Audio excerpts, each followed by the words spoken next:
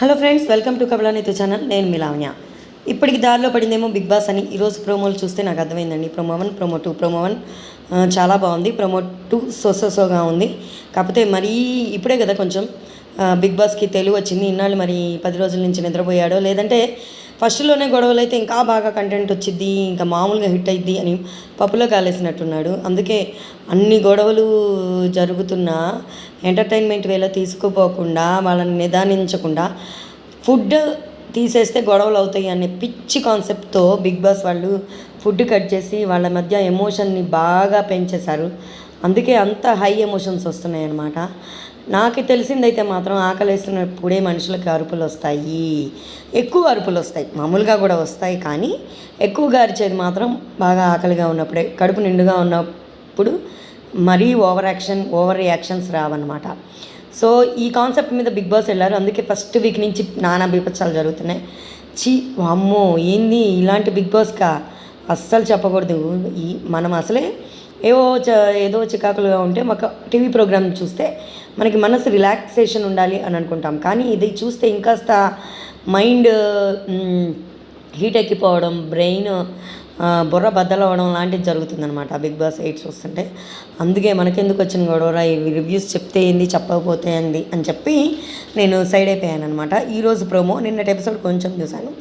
ఈరోజు promo, first promo చాలా బాగుంది అని అనిపించింది. సెకండ్ ప్రోమో దానికోసం ప్రిపేర్ అవుతుండగా సెకండ్ ప్రోమో కూడా రాని వచ్చింది. అందుకే 2 ప్రోమోస్ కలిపి చేసేస్తున్నాను అనమాట. ఫస్ట్ ప్రోమోలో అయితే ప్రేరణకి నిఖిల్ బాగా చెప్తున్నాడు, నిన్ను సంచాలక్ చేసింది ఎవరి వల్ల, నువ్వు అయ్యింది ఎవరు, మీ టీం వల్ల. మళ్ళీ నువ్వు ఫేవర్ ఎవరికి చేస్తావు, మళ్ళీ మీ టీంకి చేసావు. ఇప్పుడు నువ్వేమయ్యావు, పప్పు అయ్యావు అని చెప్పి ప్రేరణకి బ్రెయిన్ వాష్ చేస్తున్నాడు. బాగా గుడ్ అనిపించాడు నిఖిల్ అలా మాట్లాడడం మాత్రం చాలా బాగుందని అనిపించింది.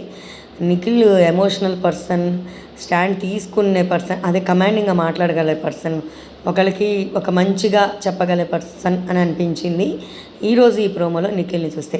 తర్వాత ట్రూత్ ఆర్ డేర్ అని ఆడానమాట.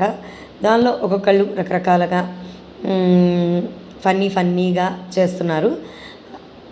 శేఖర్ భాష యాంకరింగ్ చేస్తున్నట్టుగా కనిపించింది. శేఖర్ భాష ఒక నైనికాని, ఒక అబ్బాయిని తీసుకెళ్ళి పూల్లో పడేయాలి అని అనగానే శేఖర్ భాషని పడేసింది నైనిక.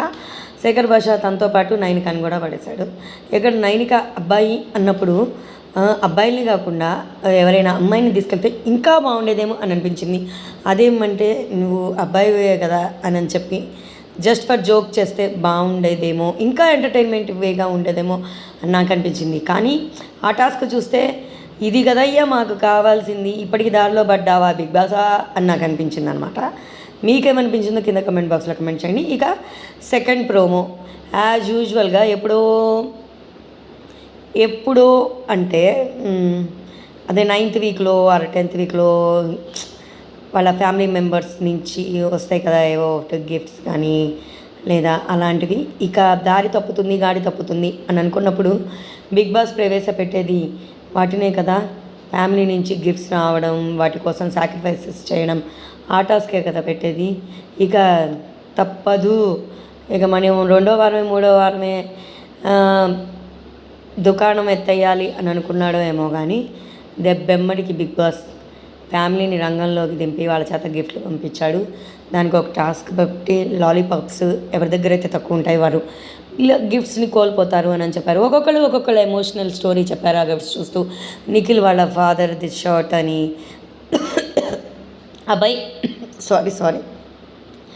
అభయ్ వాళ్ళ నాన్నకి తన ఫస్ట్ శాలరీతో కొనించిన వాచ్ అని చెప్పి, మళ్ళీ కిరాక్సిత రిలేషన్షిప్ ఏదో అది చెప్పింది. అలానే నైనిక కూడా రిలేషన్షిప్ బ్రేకప్ అయిన తర్వాత నన్ను హీల్ చేసిన వాళ్ళది అని చెప్పడం, బాగా ఎమోషనల్ అవ్వడం, ఈ అబ్బాయిలు సాక్రిఫైస్ చేస్తున్నట్టుగా చూపించడం. మరి మొత్తానికైతే రోలర్ కోస్టర్ రైడర్ లాగా అని అనిపించింది. పొద్దున అదే ఫస్ట్ ప్రోమోలో నిఖిల్ బ్రెయిన్ వాష్ చేయడం, తర్వాత ఎంటర్టైన్మెంట్ వేగా ట్రూత్ ఆర్ డేర్ని తీసుకెళ్ళడం, మళ్ళీ ఎమోషనల్గా సెకండ్ ప్రోమోని చూపించడం. ఇప్పుడు దారిలో పడ్డ బిగ్ బాస్ 8 అని నాకు అనిపించింది. కళ్ళు తెరుచుకున్నాయి మన రివ్యూవర్స్ కానీ ఆడియన్స్ కానీ. దండంరా స్వామి, బిగ్ బాస్ 6 నయ్యం అనేట్టుగా మనం అనుకున్నాము అంటే ఎంతగా ప్రజల్లో నిరాదరణ పొందుతుంది అనేది బిగ్ బాస్ వాళ్ళు తీసుకున్నారు. అందుకే కదా నాకు సార్ ప్రత్యేకంగా #BigBoss8 అని పెట్టి మీ అభిప్రాయాన్ని సోషల్ మీడియాలో పోస్ట్ చేయండి అని అన్నారు. మరి వాటన్నిటినీ పరిగణలోకి తీసుకొని ఇంత ఫాస్ట్గా నిర్ణయం తీసుకోవడం మాత్రం అభినందనీయం. మనలాంటి బిగ్ బాస్ లవర్స్కి మాత్రం పండగే అని చెప్పాలి.